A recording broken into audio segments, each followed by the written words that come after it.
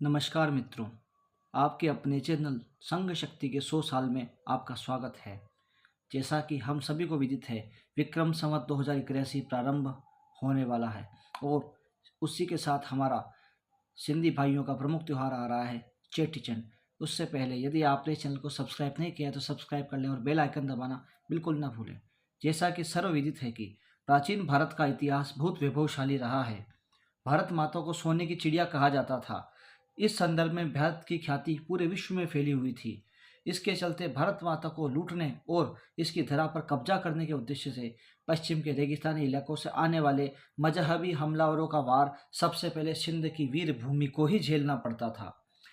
अविभाजित भारत में सिंध प्रांत को अपनी भौगोलिक स्थिति के चलते किसी जमाने में भारत का प्रवेश द्वार भी माना जाता था। इसी कारण से सिंध प्रांत ने अरब देशों से भारत पर होने वाले आक्रांताओं के वार भी सबसे अधिक सहे हैं। सिंध के रास्ते ही आक्रांता भारत में आते थे।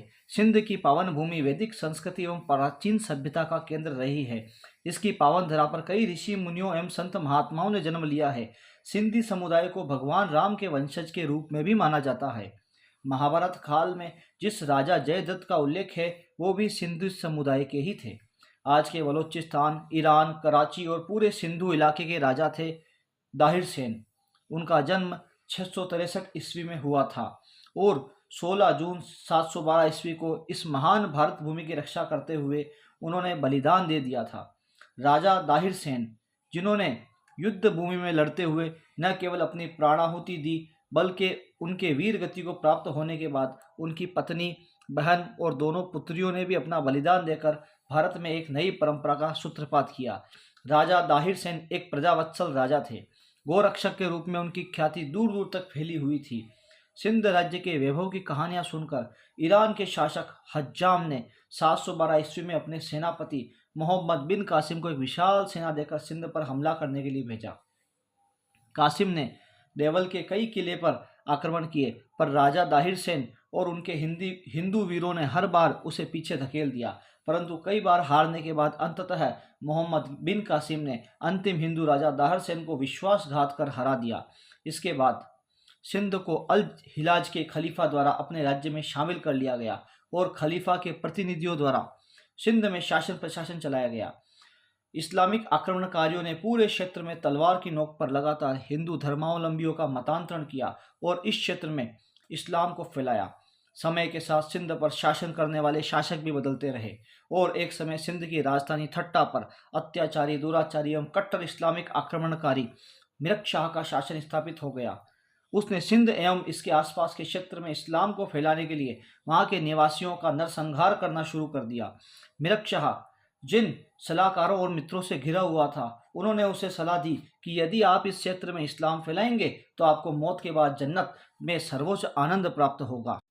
इस सलाह को सुनकर मिरक शाह ने उस क्षेत्र के हिंदुओं के पंच प्रतिनिधियों को बुलाया और उन्हें आदेश दिया कि इस्लाम को गले लगाओ या मरने की तैयारी करो। मिरक शाह की धमकी से डरे हिंदुओं ने इस पर विचार करने को कुछ समय मांगा, जिस पर मिरक शाह ने उन्हें 40 दिन का समय दे दिया। यह सर्वविदित है कि जब मनुष्यों के लिए सारे रास्ते बंद हो जाते हैं तो वह ईश्वर की शरण में आता है। कुछ ऐसा ही हुआ।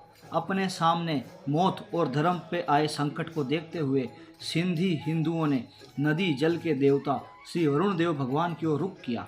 40 दिनों तक हिंदुओं ने तपस्या की। उन्होंने ना बाल कटवाए ना ही भोजन किया। इस दौरान उपवास कर केवल ईश्वर की स्तुति और प्रार्थना करते रहे।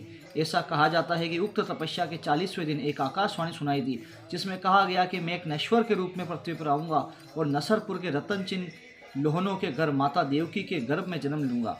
इसके बाद सिंधी समाज इस 40वें दिन को आज भी धन्यवाद दिवस के रूप में चालीहा साहब उत्सव मनाते हैं। इस घटना के 3 महीने बाद 950 ईस्वी में आसू माह आषाढ़ की दूसरी तिथि में माता देवकी ने गर्भ में शिशु होने की पुष्टि की। इसके बाद पूरे हिंदू समाज ने जल देवता की प्रार्थना कर उनका अभिवादन किया। चैत्र माह के शुक्ल पक्ष द्वितीया के दिन बेमौसम मूसलाधार बरसात हुई और माता देवकी ने एक चमत्कारी शिशु को जन्म दिया। इस शिशु का नाम बचपन में उदय चंद रखा गया। उदय चंद को सभी प्रेम से उडेरो लाल भी कहते थे। नसरपुर के लोग प्यार से बच्चों को अमर लाल भी कहते थे। जिस पालने में वह रहते थे वह पालना अपने आप झूलने लगता था। इसी नाम से वह झूलेलाल नाम से लोकप्रिय हुए।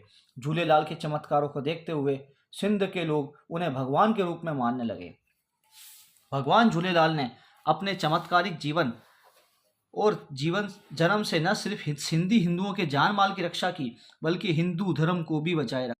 मिरक शाह जैसे न जाने कितने इस्लामिक कट्टरपंथी आए और कन्वर्जन का खूनी खेल खेला, लेकिन भगवान झूलेलाल के कारण सिंध में उस दौर में मुस्लिम आक्रांताओं के कहर पर अंकुश लगा रहा। भगवान झूलेलाल ने अपने भक्तों से कहा, मेरा वास्तविक रूप जल एवं ज्योति ही है, इसके बिना संसार जीवित नहीं रह सकता। आज भगवान झूलेलाल के अवतरण दिवस को सिंधी समाज के बंधु चेटीचंड के रूप में बड़े उत्साह एवं जोश के साथ मनाते हैं।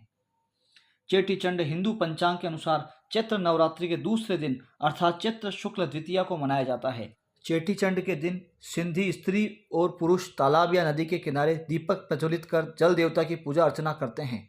चेटीचंड के दिन सिंधी समाज के श्रद्धालु बहिराणा साहिब बनाते हैं, भव्य शोभा यात्रा निकालते हैं, नाचते कूदते हुए छेज, जो कि गुजरात के डांडिया की तरह लोक नृत्य होता है, के साथ झूलेलाल भगवान की महिमा के गीत गाते हैं।